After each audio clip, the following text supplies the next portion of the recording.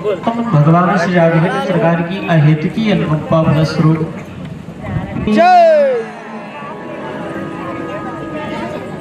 श्री हनुमान जी महाराज की,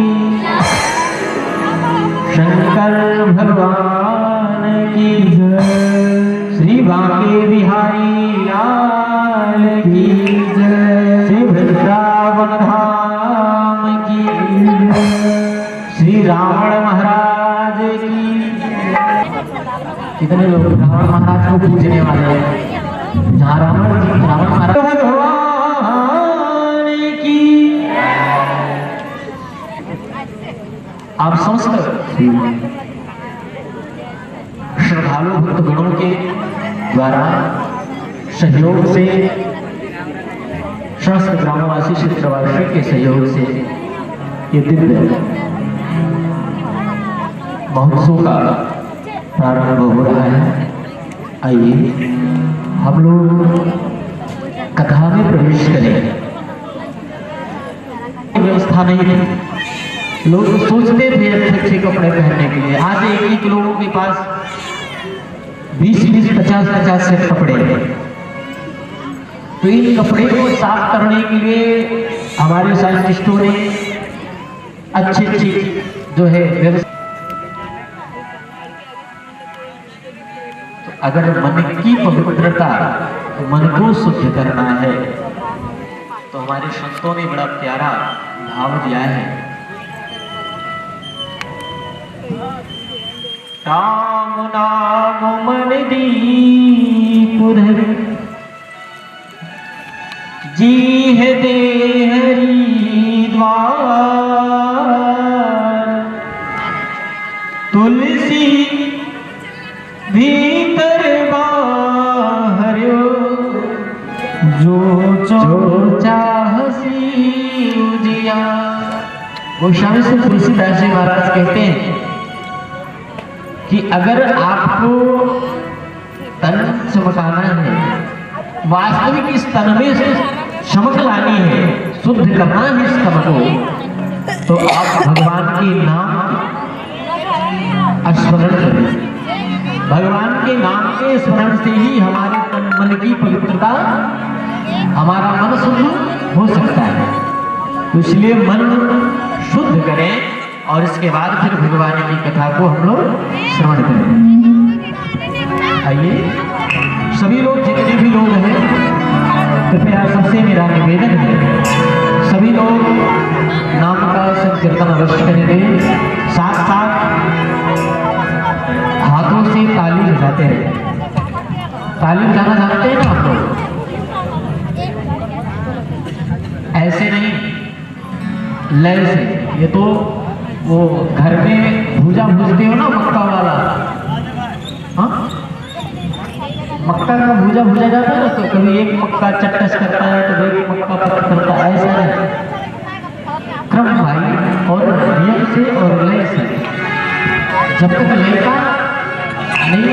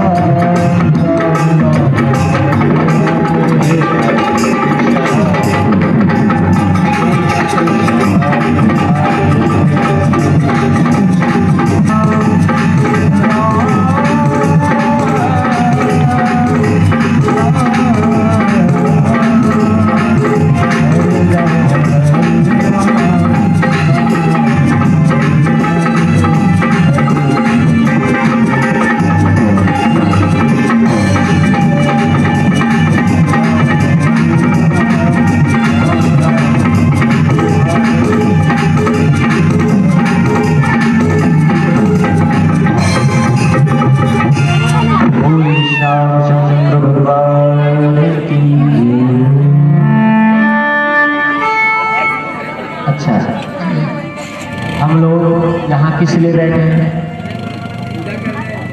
कथा पंडाल में हम लोग किस लिए बैठे हैं? आप लोग कथा पंडाल में किस लिए बैठे हैं? नहीं पता है? कोई उद्देश्य होगा, उद्देश्य को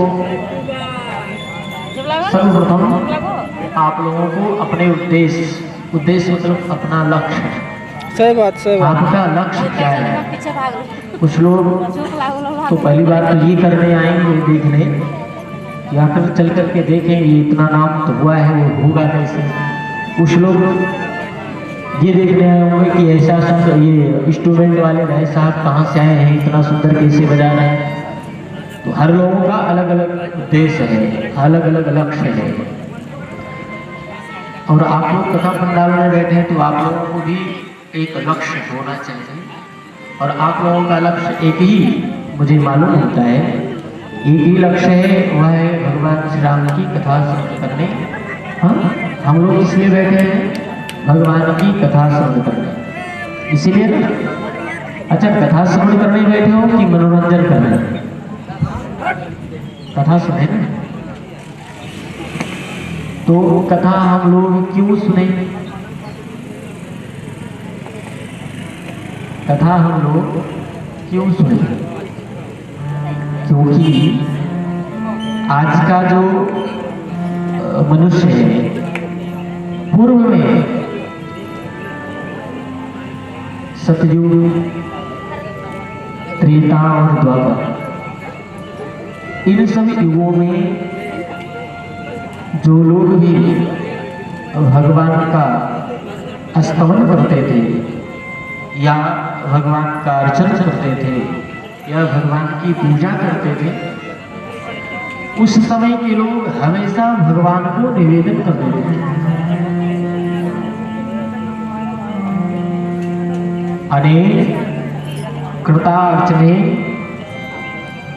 प्रियंता नाम। हे ठाकुर जी, ये आपके द्वारा प्रदत्त जो वस्तु है, वह वस्तु मैं आपको समर्पित कर रहा हूँ, इसमें मेरा कुछ भी नहीं है। आपकी दी हुई वस्तु आपको समर्पित है, ये मेरा न था और ना ही मैं आपको देने लायक हूँ, इसलिए आपकी वस्तु और आपको ही समर्पित। लेकिन आज की परिस्थिति में तो मनुष्य हमेशा बिना फायदा का कोई काम नहीं करता। और मनुष्य की बात नहीं, बाबा जी ने तो लिख दिया है रामचरितमानस में, सूर्य नर मुनि सबके हरिति, सूर्य नर मुनि सबके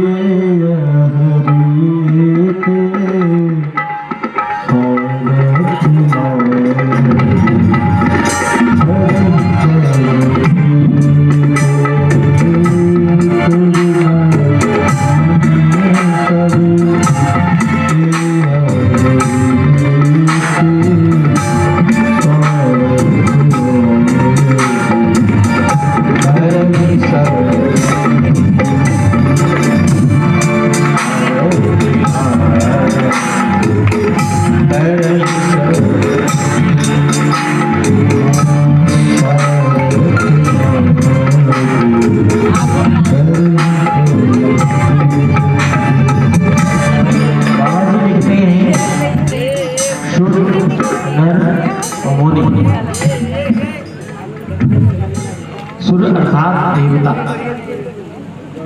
नर में हम लोग मुनि महात्मा, सबकी एक ही रीति क्या है? बोले स्वार्थ के कारण ही लोग व्यक्ति, वस्तु, पशु आदि से प्रेम करते हैं।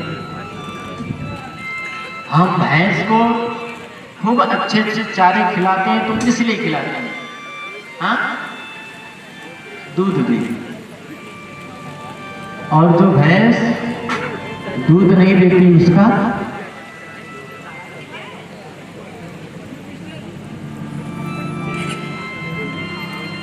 और उसकी बात तो छोड़ो, वो तो भैंस पशु है। हम लोग अपने बच्चों को पढ़ाते हैं, अपने बच्चों को अच्छी अच्छी शिक्षाएं देते हैं, अच्छे अच्छे स्कूलों में, अच्छे अच्छे कॉलेजों में उसको भर्ती कराते हैं, तो किस लिए? उसमें भी हम लोगों का स्वार्थ छुपा होता है कि नहीं छुपा होता?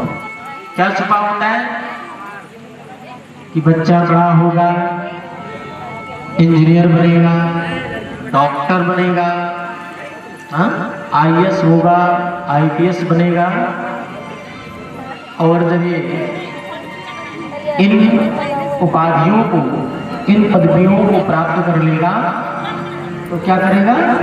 बोले हमारी सेवा करेगा, अच्छे से हम भी ऐसी कंडीशन में रहेंगे, VIP गाड़ी में बैठ करके घूमेंगे। आप सोचिए कि जब हम अपने बच्चे का पालन करते हैं तो उसमें भी हमारा स्वार्थ छुपा होता है।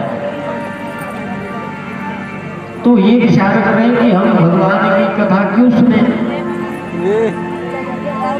भाई प्रश्न उठता है ना, बहुत लोग यही सोचते हैं कि भगवान की कथा क्यों सुने, और भगवान की कथा क्या है? पुरानी वाली, और कथा क्यों सुनी जाए? हमको जो अपने सुनना काम हो रहा है। लोगों के माइंड में ये विचार नहीं करेंगे। अगर कहीं अभी आर्केस्ट्रा हो तो वहां पर जाकर इसकी शिक्षा लेनी। जब तक हम राम कथा को श्रवण नहीं करेंगे तब तक हमको मनुष्य की प्राप्ति। मैं प्रमाण के साथ आपको प्रमाणित दूंगा कि मनुष्य में और राक्षस में कोई अंतर नहीं है, केवल एक ही अंतर है, वह है संस्कार। जिस मनुष्य का संस्कार बिगड़ जाता है वह राक्षस बन जाता है, और जिस मनुष्य का संस्कार सही होता है वही मनुष्य बनाता है। जिस राक्षस का संस्कार ठीक रहता है वो मनुष्य बन जाता है, तो सबसे बड़ा राक्षस। और आजकल हम लोग ज्यादातर राक्षसी प्रवृत्ति में ही प्रवेश कर रहे हैं। राक्षसी तुलसीदास जी ने जो लिखा है वो कह रहे हैं, राक्षसी प्रवृत्ति के बारे में एक बार श्री मैया पार्वती जी ने भगवान शंकर से पूछा कि प्रभु आप ये बताइए कि राक्षस कौन है? राक्षस कौन है? जो मुर्गा खाता है। क्या प्रभु? बहुत लोग हम लोग देखते हैं ना, हम नहीं खाते, हम राक्षस नहीं है। वो राक्षस की इतनी बड़ी बड़ी बात दांत दिखा देते हैं, तो कोई के कान इतने बड़े बड़े दिखा देते हैं, कुछ है ना।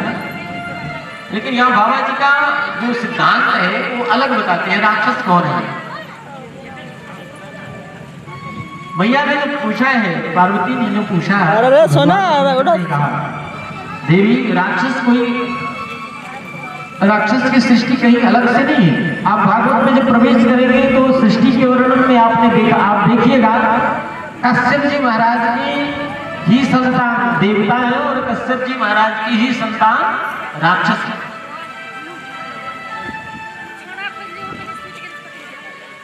माता श्री अदिति के गर्भ से देवताओं की उत्पत्ति है और दिति के गर्भ से राक्षसों की उत्पत्ति।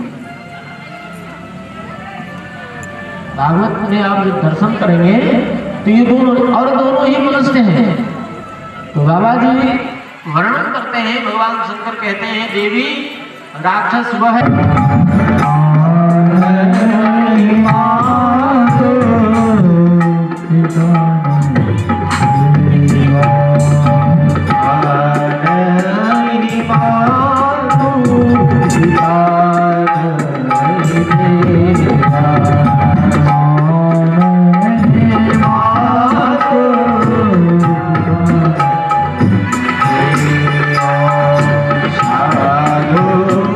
संग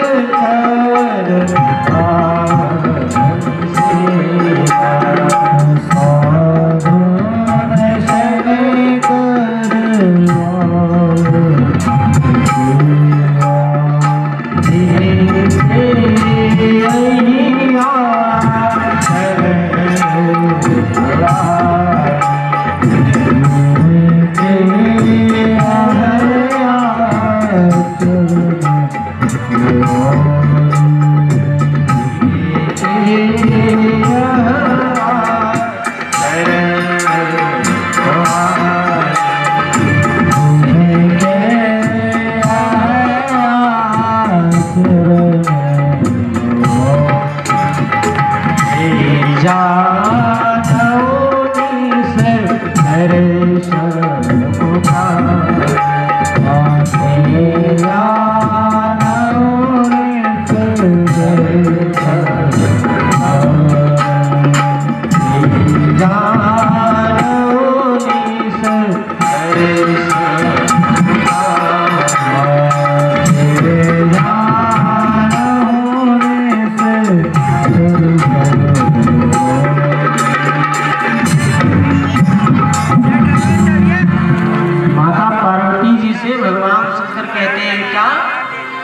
दर्शन राक्षस का प्रथम लक्षण क्या है?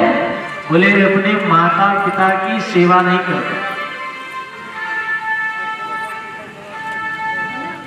सर्वप्रथम राक्षस का लक्षण क्या है? बोले अपने माता पिता का सेवा नहीं करते। और दूसरा लक्षण कि देवताओं को नहीं मानता। अभिप्राय है, आप हमेशा ध्यान दीजिएगा, व्यक्ति या बच्चा वही संस्कारवान होता है जिसकी मां सुंदर शिक्षा प्रदान करती है।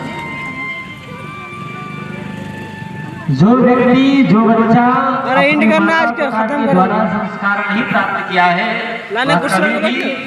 ब्राह्मणों का संतोष। देख लिया कि भगवान श्री कृष्ण ने 16,108 विवाह किए, लेकिन आपको ये भी पता चलना चाहिए कि क्या और दुष्टों को कैसे मारा, ये नहीं। अरे भाई, कृष्ण भगवान ने 16,108 विवाह किए थे, लेकिन इससे पहले उन्होंने किस परिस्थिति में किया, उस पर गौर करना चाहिए। लोग उस पर बहुत ज्यादा टीका टिप्पणी करते हैं। तो हर एक भगवान के बारे में आप लोग देखिएगा, और हर एक भगवान की कथाओं में आप भागवत कथा उठा लीजिए, राम कथा उठा लीजिए, या और भी जो जितने कृष्ण ने अपने माता पिता को ले जाकर वृद्धाश्रम में छोड़ दिया, लेकिन आज के परिवेश में देखिए, आज के समय में देखिए, वृद्धाश्रम है कि नहीं? वृद्धाश्रम है कि नहीं? और उसमें लोग जा रहे हैं कि नहीं जा रहे? सर्वप्रथम हमारा शास्त्र कहता है मातृदेवो भव पितृदेवो भव, तो का पालन करते फिर। इसलिए राम जी की कथा हम लोगों को सुनना जरूरी है। राम जी करते क्या थे?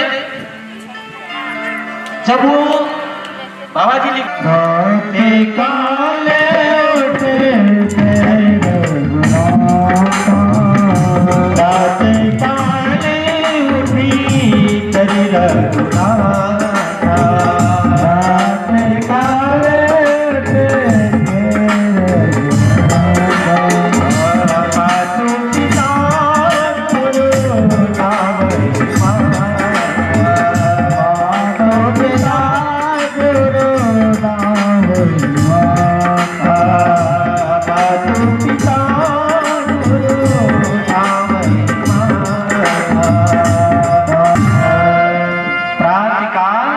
उठी करी पिता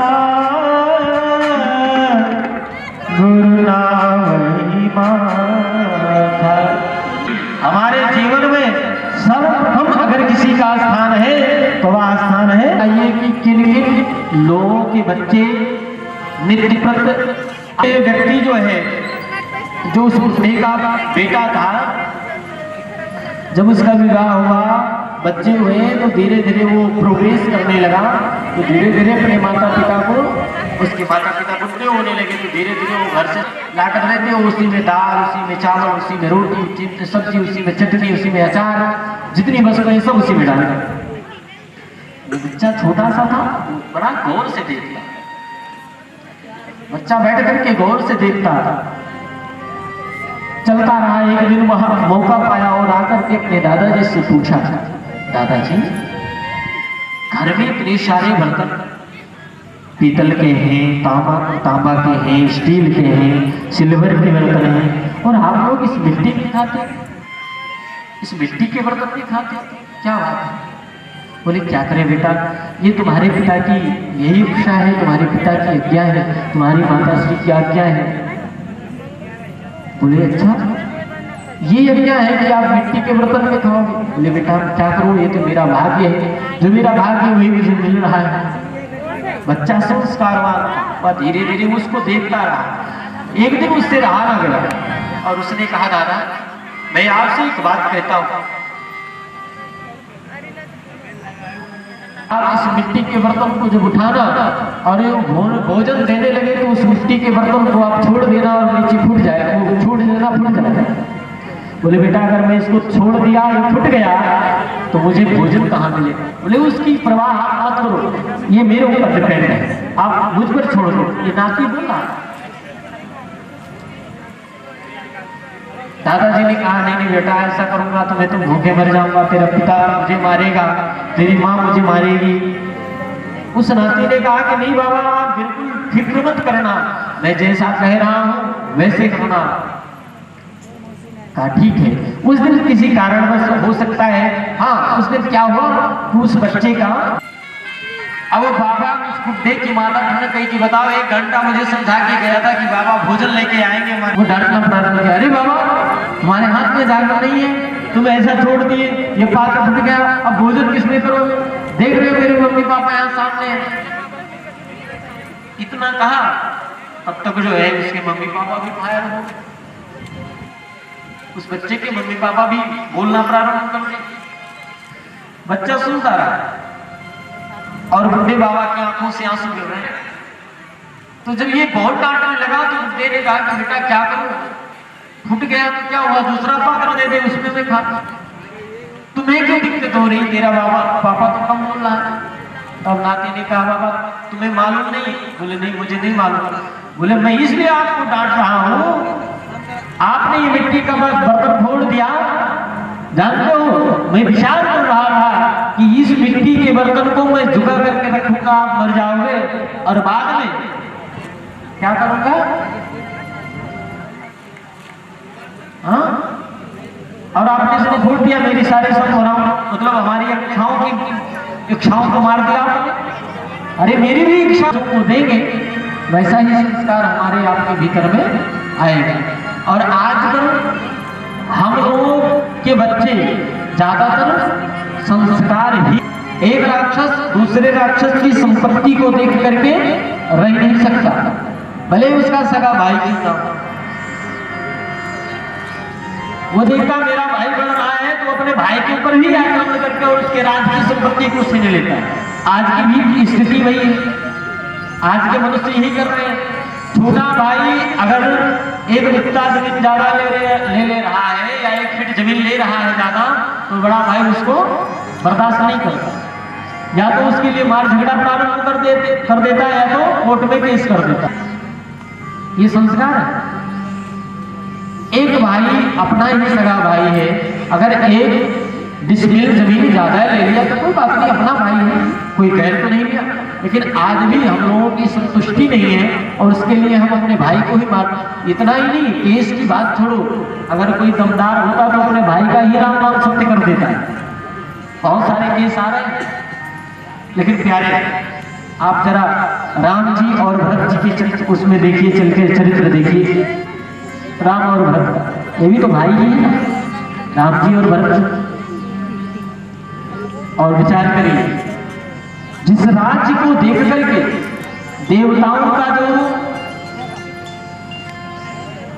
मंत्री है कुबेर, देवताओं को जो व्यवस्था देता है कुबेर, हम लोग कुबेर की पूजा करते हैं ना, लक्ष्मी कुबेर की, दीपावली के दिन। ये कुबेर कौन है? देवताओं की सारी मैनेजमेंट की व्यवस्था कुबेर के हाथ में है। कितना धन चाहिए, कितना सर्फी चाहिए, कितना सोना चाहिए, कितना क्या चाहिए, ये सारी व्यवस्था देवताओं को कुबेर देता है। उसके पास कितना धन होगा जो देवताओं को देता है। हाँ?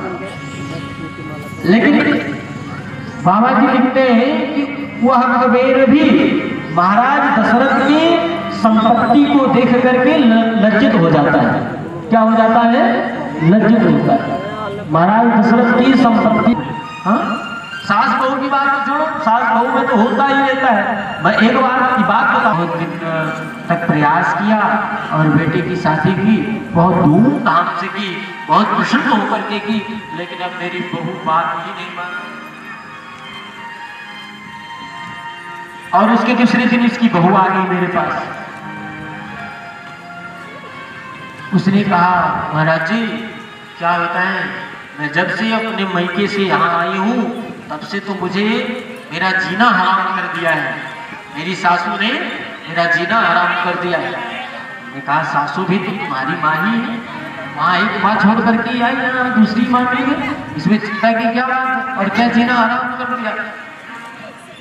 हमने कहा सासू सासू माँ होती है और दूसरे के घर में आए हो तो थोड़ा व्यवस्था करने में समय लगता है, वहां की स्थिति परिस्थिति देखने में समय लगता है, तो उसमें चिंता करने की बात नहीं, आराम से रहिए धीरे धीरे। और आपकी सासू तो आपकी बड़ी बड़ाई कर रही थी, भाई मैं क्यों कहूँ कि तुम्हारी सासू अभी आकर के आपकी चुगली करके गई है, आई थी और उसने तो आपका बड़ी प्रशंसा की कि हमारी बहू आई है, बहुत पैर दबाती है, बहुत सेवा करती है, जो भी चाहता ऐसा नहीं लगता।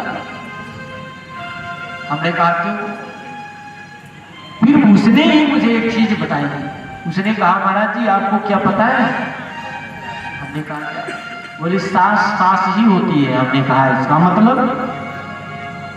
उस बहू ने कहा वो सास कहती है। हम कहते हैं हो देवी कम से कम आपसे भी मुझे एक शिक्षा मिली। हम नहीं जानते थे, हम तो यही जानते थे कि सास भी दूसरे घर अगर कन्याएं जाती हैं तो अपनी एक माँ को छोड़ती है, यहाँ अपनी माँ छोड़ती, वहां सास माँ के रूप में प्राप्त कर लेती है। तो आजकल ये सास में भी आपस में ऐसा बना रहता है। चलो ये चलता है,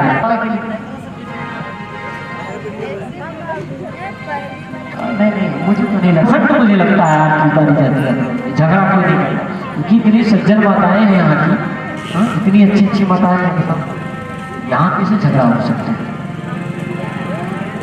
लेकिन परिस्थिति बड़ी विचित्र है, आपस में नहीं है। लेकिन अगर पति और पत्नी में कैसा प्रेम हो, इस प्रेम को अगर देखना है तो किससे देखना होगा?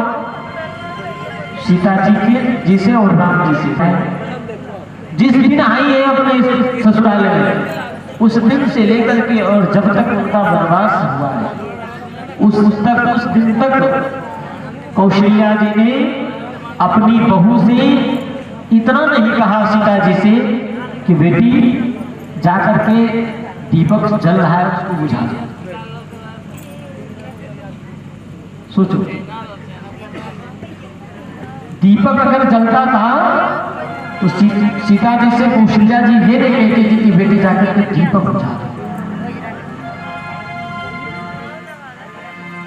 हमेशा मखमल की गद्दों पर ही श्री सीता जी की, लेकिन जब भगवान उनके पति के ऊपर राम के ऊपर आपत्ति आई, कार्यक्रम ज्यादा चल रहा है, डिवोर्स, पति पत्नी में खटपट हुआ, दूसरे दिन केस, और सबसे बड़ा केस का दहेज प्रथा का। गलती स्वयं करेगी और दहेज प्रथा बेचारे पति के ऊपर डालेंगे। तो ये परिस्थिति, ये जो विडंबना है, इस विडंबना को अगर दूर करना है, पिता और पुत्र का प्रेम कैसा हो, ये भी शिक्षा अगर लेनी है तो हमें राम कथा से लेनी है। राम जी की कौन सी दुख नहीं हुआ, पिताजी की आज्ञा है, पिताजी की आज्ञा है, इसलिए इतनी प्रसन्न हुए कि पिताजी की अगर आज्ञा है तो कल की बजाय मैं आज ही बन के चला जाऊंगा, जिससे मेरे पिताजी खुश हो। और आज के बच्चे पिताजी प्यासे मर रहे हो और पिताजी अपने बच्चों से पानी मांग ले तो कहेंगे रुको पबजी खेल ले, थोड़ा सा 2-4 रुपया कमा ले तब जा लाकर लाता हूं। ये स्थिति आज की है। देखो आप ये विचार मत करना मैं यहाँ की बातें कभी नहीं करता, मैं बाहर की बातें बोल रहा हूँ। इसलिए हर एक परिस्थिति का समाधान, हर एक परिस्थिति में हमको कैसे रहना है, और सर्वप्रथम तो राम कथा मुझे हम लोगों को क्या बनाती है? मानव। इसलिए राम कथा सुननी चाहिए। राम कथा से हमें ये शिक्षा मिलती है कि हम मानव कैसे बने। और प्यारे जब तक मानव नहीं बनेंगे तब तक रावण जैसे दैत्यों का विनाश हम लोग नहीं कर सकते। क्यों नहीं कर सकते? क्योंकि रावण ने वरदान मांगा है, मरई न मारे हम काहू जात दुईवार। वीडियो बना रावण ने वरदान ही यही मांगा है क्या कभी टाइम में डिस्कस कर लेना होगा, ले लेना। कि हम और किसी से ना बने। किससे बने? बोले बानर मनुष्य जात दुईवार।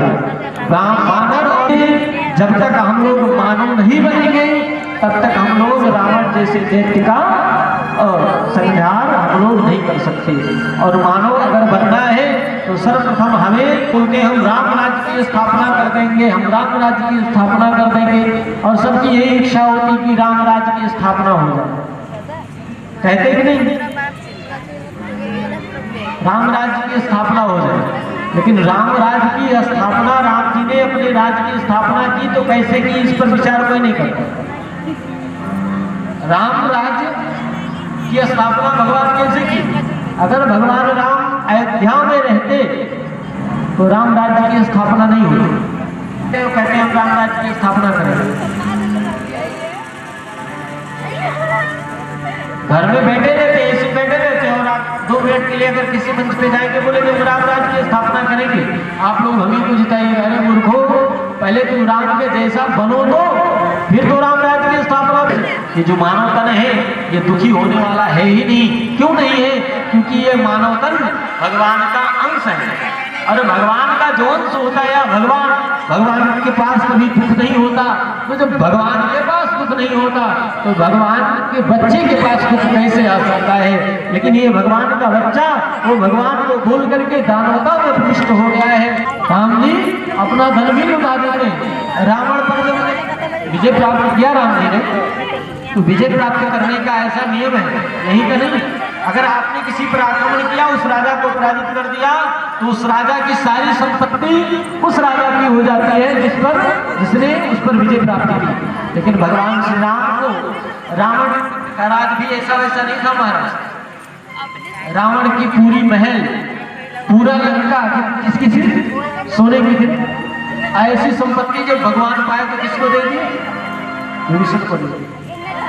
तो जब तक हमारे आपके अंदर ये मोह और ममता का नाश नहीं होगा, ममता नष्ट नहीं होगा, मोह नष्ट नहीं होगा, तब तक जो है हम लोग सुखी नहीं हो सकते। और जब हम लोग सुखी नहीं होंगे तो हमारे बच्चे कैसे सुखी होंगे? इसलिए अपनी सुखी के लिए हम पहले स्वयं सुखी हो तो हमारे बच्चे सुखी होंगे। और राम कथा प्यारे तो सचरण सच्चा संस्कार अगर सीखना है तो राम कथा से सीखना पड़ेगा। आइए हम लोग दर्शन करते हैं कि राम कथा हमें क्या क्या शिक्षा देती है। हमें निज धर्म पर चलना।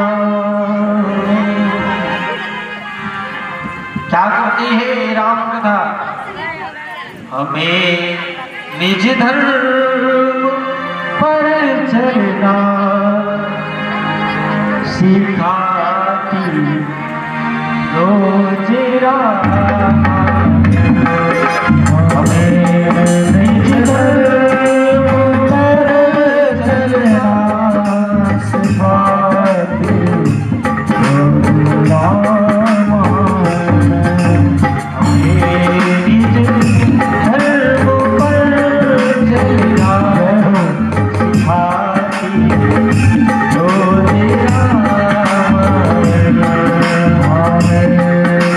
Oh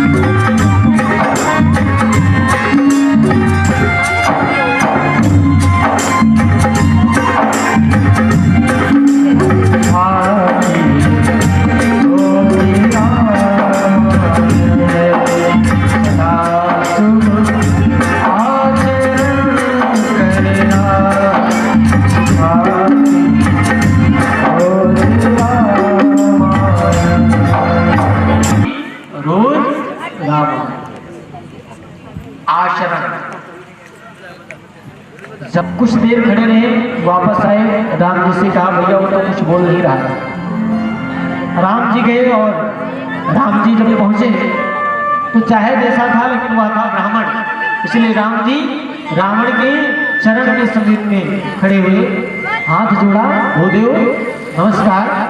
और जैसे ही नमस्कार भगवान ने किया तो रावण ने आंख खोला और रावण जब आंख खोल करके देखा राम जी सामने खड़े हैं तो राम जी से निवेदन किया और राम को देख करके हंसता हुआ कहा, प्रभु मैं आपसे कुछ प्रश्न करना चाहता हूं। अगर देखा जाए आपकी आयु से मैं दुगना बड़ा हूं। रावण कहता है राम जी से कि आप क्षत्रिय में ब्राह्मण हो, उससे भी बड़ा हूं। क्या गला? लेकिन प्रभु मुझे ही विश्वास नहीं है, मतलब ये कबूल नहीं आ रहा है। भगवान मुस्कुराए और जब भगवान मुस्कुराए तब उसको ज्ञान आया और उसने कहा, एक शब्द कहा था उसने कहा तो मैं सच्ची प्रीति होगी। रावण ने स्वयं कहा था। जब भगवान मुस्कुराए तब उसे ध्यान आया और उसने कहा कि प्रभु मुझे ध्यान आ गया, सुन लो। बोले क्या सुनाना है? बोले प्रभु एक चीज, एक शिक्षा मैं आपको दे रहा हूं। प्रकृति की प्राणियों में सच्ची प्रीति होती है और मुझे अब विश्वास हो गया प्रभु कि इसलिए आप मुझ पर विजय प्राप्त कर लिए, क्योंकि जिसका हो चरित्र उज्ज्वल उसी की जीत होगी। जिस व्यक्ति का, जिस मनुष्य का चरित्र उज्ज्वल होता है उसी का संसार में विजय होता है। इसलिए प्रभु मैं सब चीजों में बड़ा था लेकिन मेरा आचरण, मेरा चरित्र अच्छा नहीं था, इसलिए आपके सामने मैं पृथ्वी पे पड़ा हूं। और आप सब चीजों में छोटे थे लेकिन आपका एक ही कार्य अच्छा था, आपका आचरण सबसे श्रेष्ठ था। इसलिए आप मुझ पर विजय प्राप्त किए हो। तो प्यारे बंधुओं, सर्वप्रथम हमें और आपको आचरण लेना होगा। हम लोगों को शुद्ध आचरण बनाना पड़ेगा और अपने आचरण की शुद्धता के लिए हमको राम कथा श्रवण करनी पड़ेगी। अब देखिए, ये कथा की भूमिका, कथा क्यों सुने उसके बारे में कल से हम लोग कथा टाइम से स्टार्ट करेंगे। हाँ, क्या टाइम है?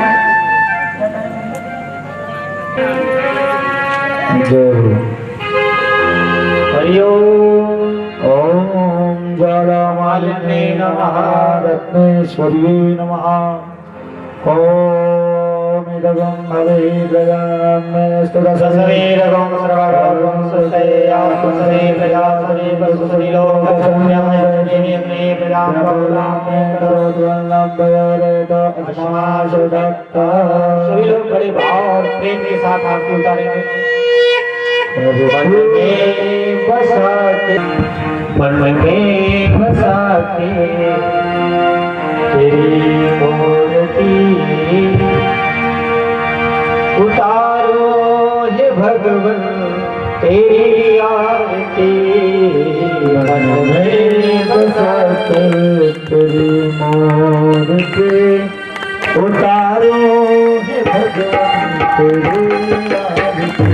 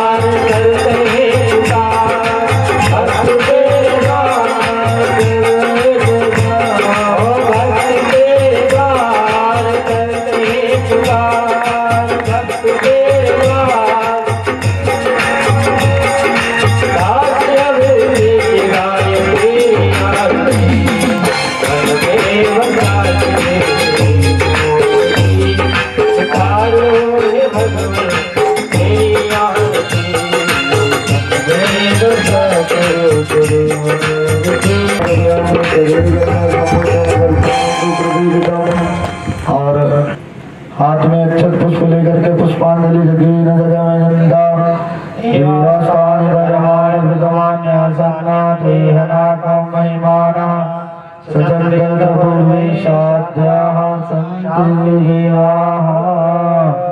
प्रार्थना पूर्वक मंत्र पुष्पांजलि समर्पयामि। बोलिए पुरुष नारायण की, सियावर रामचंद्र की, पवन सुत हनुमान की, उमापति महादेव की, रमापति रामचंद्र की, वृंदावन बिहारी लाल की, सब संतन की, सब भक्तन की। हाँ, सभी लोग आरती ले लें। 7 बजे से कल कथा प्रारंभ हो जाएगी। जय श्री राम, जय श्रीमन नारायण। श्री वचनों के साथ अपनी वाणी को विराम। आप सभी भक्तों को जय श्री राम। सभी निर्माण के दाएं हाथ से इसे ढकिएगा।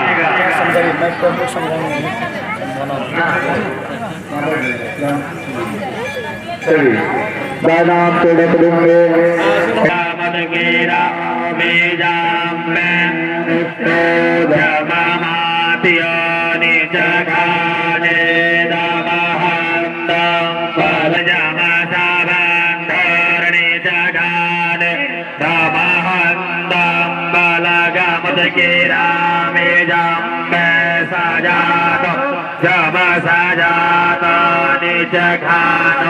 कृतियांकरो में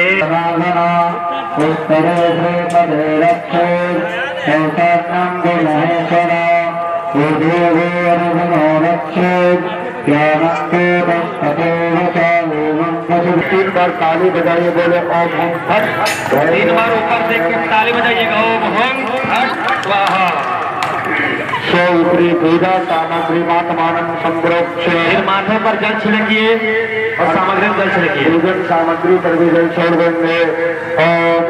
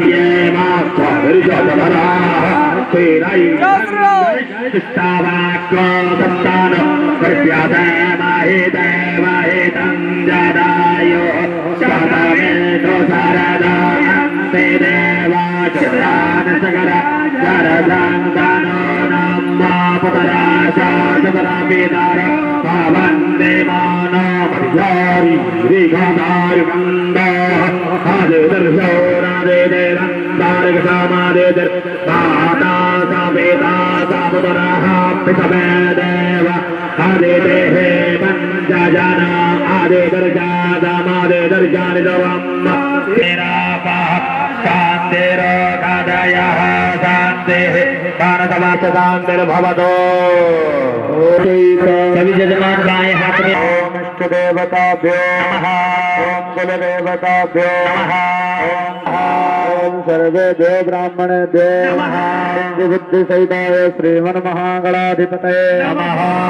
धर्म प्रधान देवता अनंत कोटि दक्षिण हस्तेन अक्षत पीठपुष्पं द्रवांकुरान्नादाय नोगजकरणता संवादनश्च विगता विघ्ननाशो विनायका धर्मराधक्षो बालचन्द्रो गजानना सहितानि नामानि अपठे श्रुडयस्य न जायते वरदरं देवं गजवर्णं जगर्भामङ्गलमङ्गल्ये शिवे सर्वार्धसाधिके प्रणयै त्र्यम्बके गौरी नारायणे नमस्तुते सर्वकार्येषु नास्ति तेषां मङ्गल तेषां हृदयस्थो भगवान् मङ्गलाय तनं हरे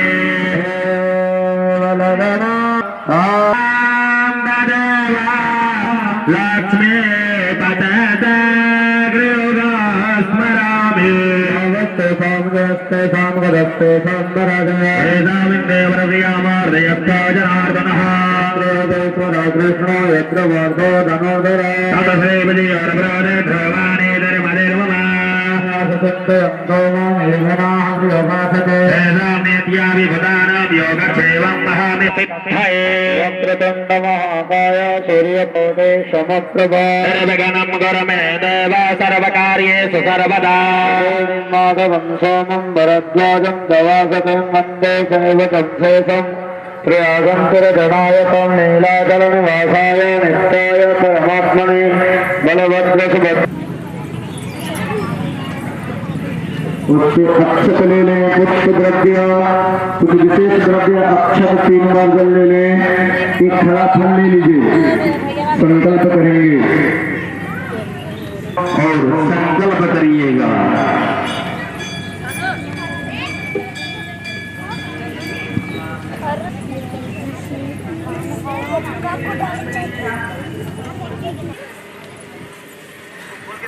हरि ओम मादेन कर्माण्यमाने खेल जगने क्रीडावन्ते योगस्य करणस्यैव सर्वविष्णुमयं जगत् तले विष्णु विष्णु पर्वतमस्तके ज्वालामाले कुले विष्णु सर्वविष्णुमयं विष्णु विष्णु श्रीमद्भगवतो महापुरुषस्य विष्णोराज्ञया प्रवर्तमानस्य श्री ब्राह्मणो अहनि द्वितीय प्रार्थे विष्णुपदे श्री श्वेतवाराह कल्पे वैवस्वत वनवन्तरे अष्टाविंशतितमे कलियुगे कलि प्रथम चरणे जम्बोदीपे भारतवर्षे भरतखण्डे आर्यावर्ते च देशान्तर्गते सप्तविंशति नक्षत्राणां मध्ये मुख्यनक्षत्रे सप्तविंशति योगानां मध्ये ध्रुवयोगे कर्मण्यानां मध्ये जलकरणे कर्कराशि सुखे चक्रे शेषेषु ग्रहेषु एकावताराशि अस्थान